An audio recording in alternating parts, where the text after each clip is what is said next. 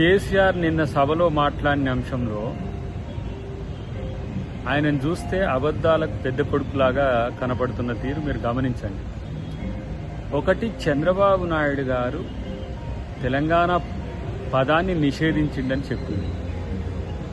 మరి ఆయనంటే ఆంధ్రప్రదేశ్ కాబట్టి తెలంగాణ పదాన్ని నిషేధించవచ్చు.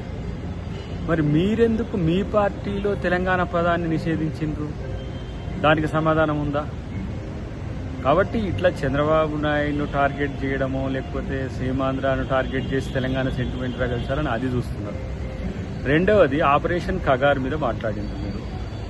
ఆపరేషన్ కగార్ మీద మాట్లాడి ఏదో శాంతి చర్చలకు మీరు, లేదంటే మావోయిస్టులకు లేకపోతే వామపక్ష పార్టీలకు మీరు ఏదో బాసటగా ఉన్నట్టుగా చెప్పే ప్రయత్నం చేస్తే, వరవర్రావు గారు తెలంగాణకు అక్కడ జైళ్ల పరిస్థితులు మహారాష్ట్ర బాగలేదు, ఇక్కడ మార్చమని చెప్తే పట్టించుకున్నారా?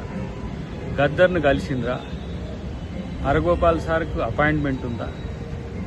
ఇంతెందుకు ప్రజా సంఘాల నాయకులైన మందకృష్ణ గారిని ఏ విధంగా అరెస్ట్ చేసిండ్రు?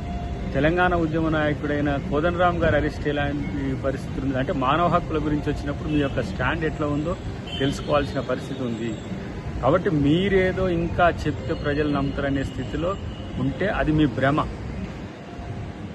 అన్ని అబద్ధాలు చెప్పడానికి ప్రయత్నం చేసి అలా బీసీ బిల్ గురించి ఎక్కడైనా ప్రస్తావన ఉందా?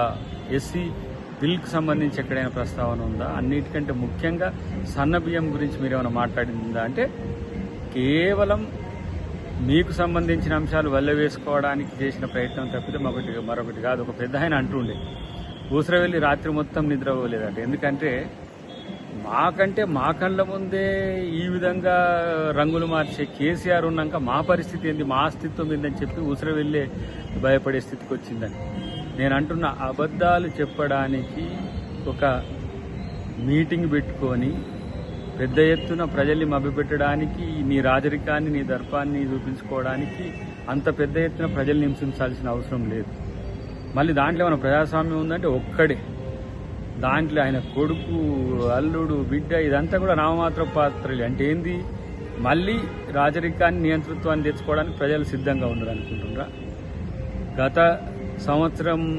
సంవత్సరం నుంచి అసలు ప్రజలు హాయిగా ఉన్నారు. మీలాంటి ఏమంటారు అణిచివేత ధోరణితో పోలీసుల మీద ఒకటేసారి ప్రేమ వచ్చేసి పోలీసులను, తర్వాత పోలీస్ వ్యవస్థను ఏ విధంగా మీరు స్వార్థానికి వాడుకుంటూ పోలీసు అందరికీ తెలుసు. మీరు బెదిరించినంత మాత్రాన మీ బుక్కులలో రాయిస్తే ఇక్కడ భయపడే పోలీసులు లేరు, ఎవరు లేరు. కాబట్టి కామ్గా ఇంకా మిమ్మల్ని ప్రజలు పట్టించుకుంటారని భ్రమల నుంచి పక్కకు పోండి అని చెప్పి కేసీఆర్ గారికి హితవు లాంటి హెచ్చరిక. Subscribe us and press the bell icon for more interesting updates.